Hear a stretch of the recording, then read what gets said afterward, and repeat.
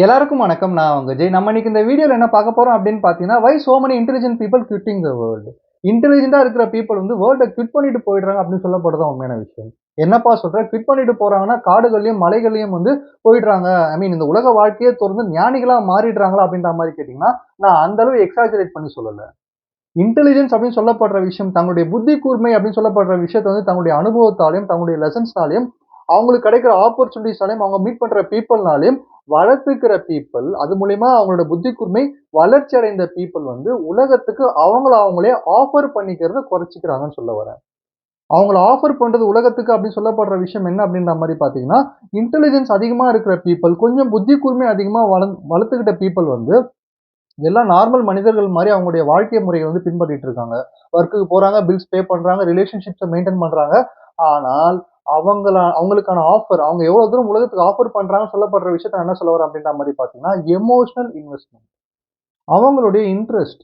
People கிட்ட அவங்க கிட்ட இருக்கிற அவங்க எவ்வளவு தூரம் வந்து எமோஷனலா கனெக்ட் ஆகுறோம்னு சொல்லப்படுற விஷயங்கள் எல்லாம் வந்து கொஞ்சம் ரெஸ்ட்ரிக்ட் பண்ணிக்கிறாங்க அப்படின்னு சொல்லப்படுறது தான் சொல்ல வரேன்.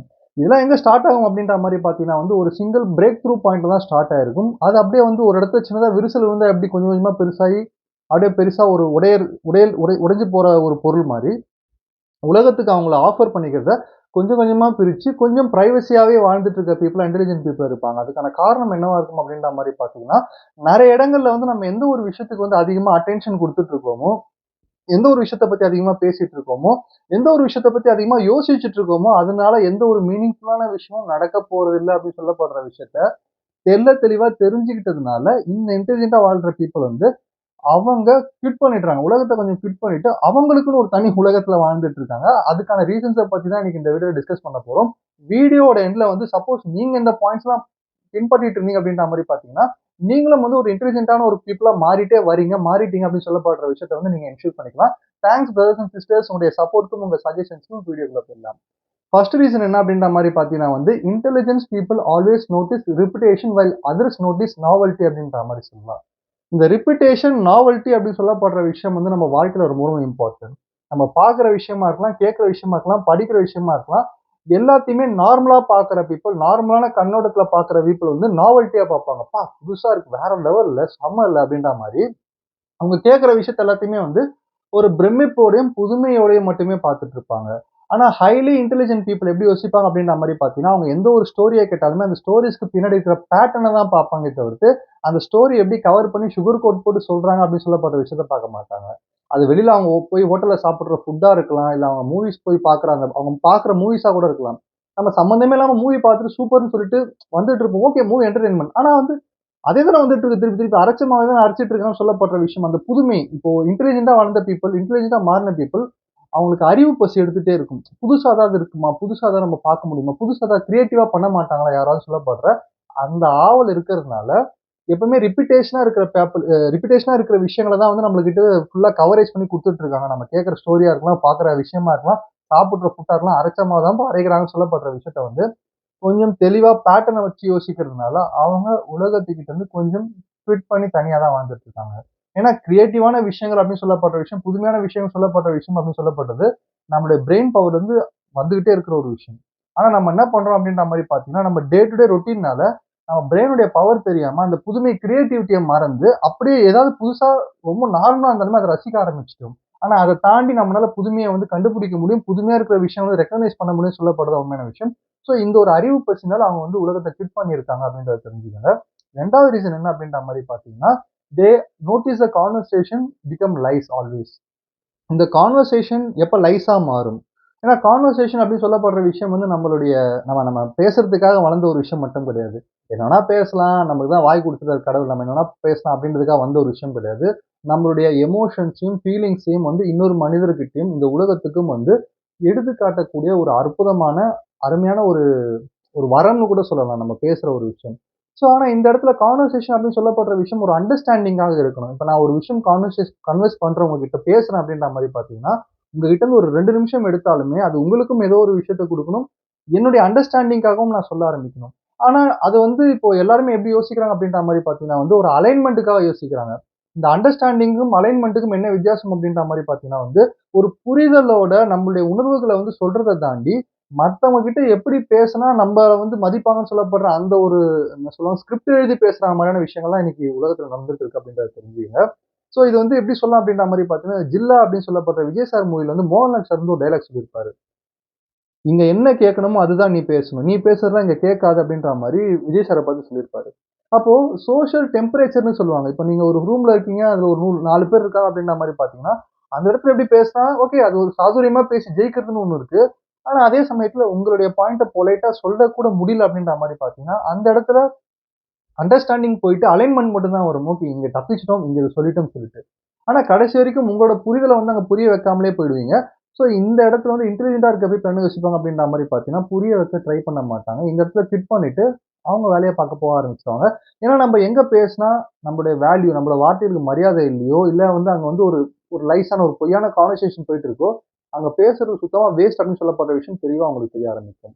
ஸோ 3வது இடம் எங்க வந்து வேர்ல்ட குவிட் பண்றாங்க அப்படின்ற மாரி பார்த்தீங்கன்னா வந்து, intelligent people always notice incentives before intention.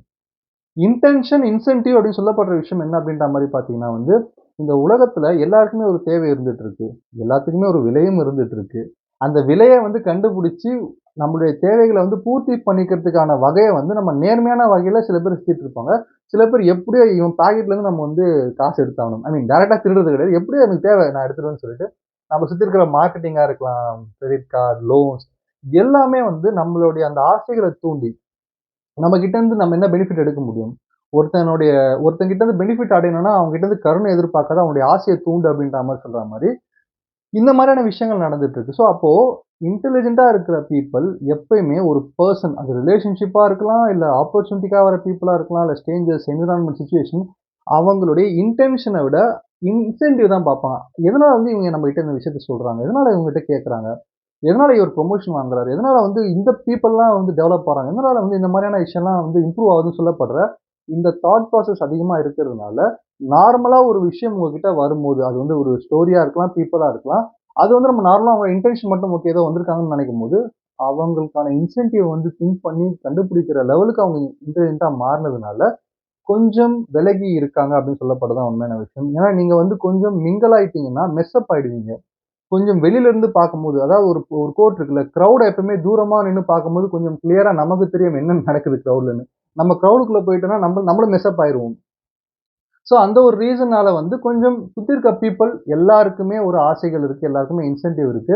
எல்லாருக்குமே ஒரு தேவைகள் இருக்கு. ஆனா அத எப்படி அடையறாங்கன்றது தான் முக்கியம். அது அவங்க கிட்ட போய் நம்மனால மாத்த முடியாது. நம்ம அந்த இன்சென்டிவ புரிஞ்சுக்கிற அளவு இன்டெலிஜென்ட்டா மாறிட்டோம்னா, நம்மளும் கொஞ்சம் விலகி இருக்க தான் பார்ப்போம்னு சொல்லப்படுது தான் உண்மையான விஷயம் அப்படின்றத தெரிஞ்சுக்கங்க. ஸோ 4வது விஷயம் என்ன அப்படின்ற மாரி பார்த்தீங்கன்னா வந்து, intelligent people always notice curiosity missing instead of certainty. இந்த கியூரியாசிட்டி, செர்டைனிட்டி அப்படின்னு சொல்லப்படுற விஷயம் வாழ்க்கையில ரொம்ப ரொம்ப இம்பார்ட்டன்ட்.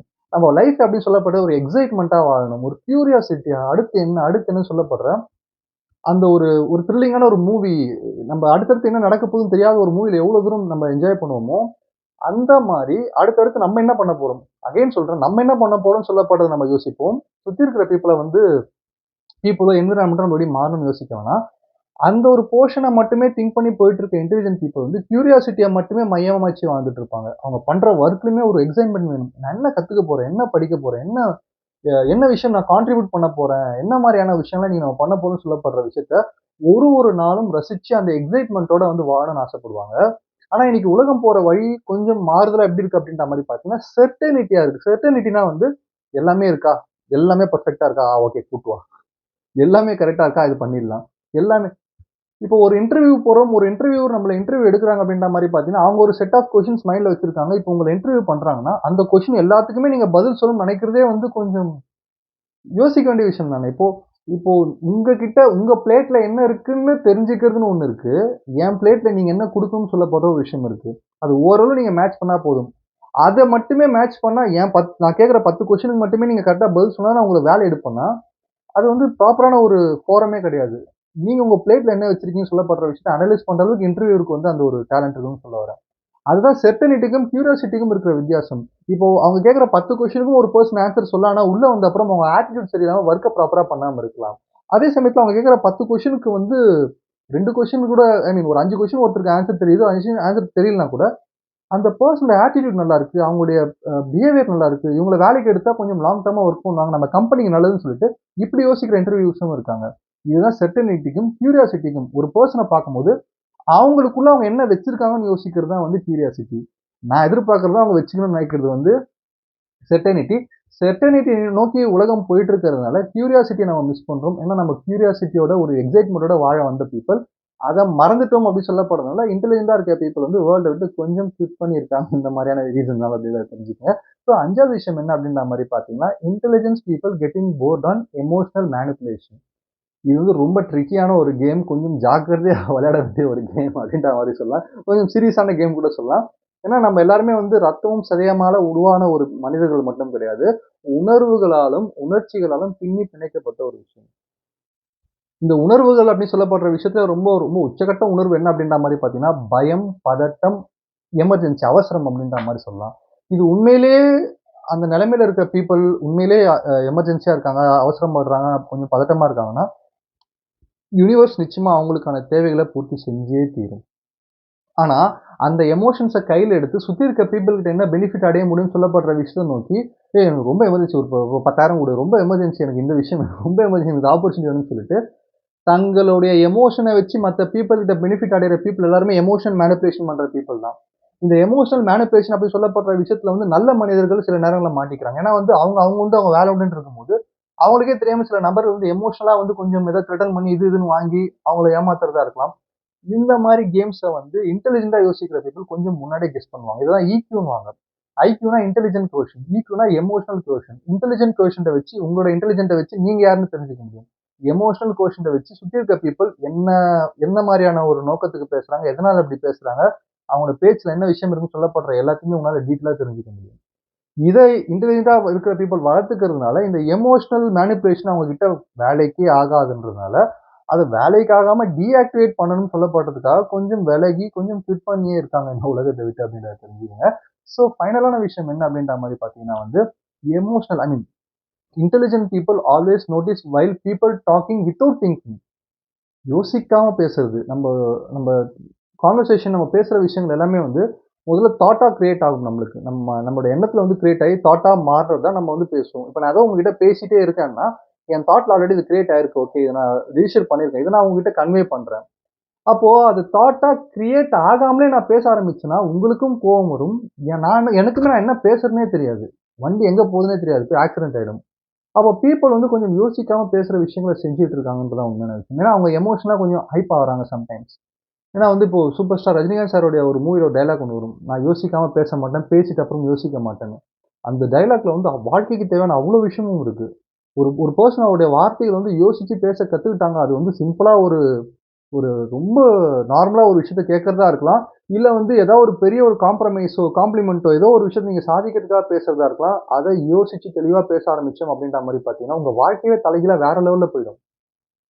அப்ப இந்த ஒரு விஷயத்த தெளிவா தெரிஞ்சு வச்சிருக்கிறதுனால இன்டெலிஜென்ட் பீப்பிள் வந்து யோசிக்காம பேசுற மனிதர்கள் கிட்ட யோசிச்சு தெளிவா பேசுற மனிதர்னால எதுவுமே அதாவது ஒரு ஒரு விஷயம் என்ன சொல்லுவாங்க அப்படின்ற மாரி பார்த்தீங்கன்னா வந்து, அ அந்த நுண்ணறிவு, சிக்ஸ்த் சென்ஸ் இல்லாத மனிதர்கள்ட்ட சிக்ஸ்த் சென்ஸோட இருக்கிற மனிதர்கள் வந்து பேச தான் இருக்கிறதுலே ரொம்ப கொடுமையான விஷயம்.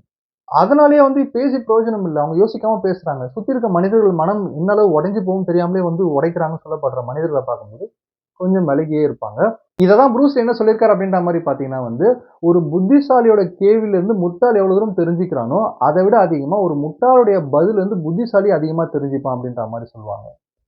அப்போ நம்ம என்ன கேள்விகள் கேட்கிறோம், என்ன பதில்கள் சொல்றோம் அப்படின்னு சொல்லப்படுற விஷயத்த கொஞ்சம் யோசிச்சு தான் கேட்கணும், யோசிச்சு தான் பேசணும்னு சொல்லப்படுற விஷயத்த வந்து ரொம்ப ரொம்ப இம்பார்ட்டன்ட்டா பார்க்குற பீப்பிள் இன்டெலிஜென்ட்டான பீப்பிள். அதனால கொஞ்சம் இன்விசிபிளாவும், விலகியும் இருக்காங்க அப்படின்றது தான் உண்மையான விஷயம். ஸோ 2வது வீடியோல நான் என்ன சொல்ல வரேன் அப்படின்ற மாரி பார்த்தீங்கன்னா வந்து, லைஃப் இஸ் எ சீ அப்படின்ற மாரி சொல்லுவேன். வாழ்க்கை அப்படின்னு சொல்லப்படுறது ஒரு கடல் மாரி. அதோடைய நீளமா இருக்கலாம், அகலமா இருக்கலாம், ஆழமா இருக்கலாம். இத வந்து கண்டுபிடிச்சவங்க யாருமே கிடையாது. சிட்டிசன் மூவில கூட அஜித் சார் வந்து ஒரு டயலாக் சொல்லுவாரு. நீ வந்து கடல ரசிச்சுட்டு இருக்க. நான் கடல் உள்ள நிக்கிறேன். கடலுடைய நீளம் என்னன்னு தெரியாது. அகலம் என்னன்னு தெரியாது. அந்த சமுத்திரம் குடுக்குற வலி என்னன்னு உனக்கு தெரியவே தெரியாது. நீ நிக்கிற இடம் வேற, நான் வாழ்ற இடம் வேற. ஏய் நான் தனியா இல்ல அப்படின்னு இருப்பாரு.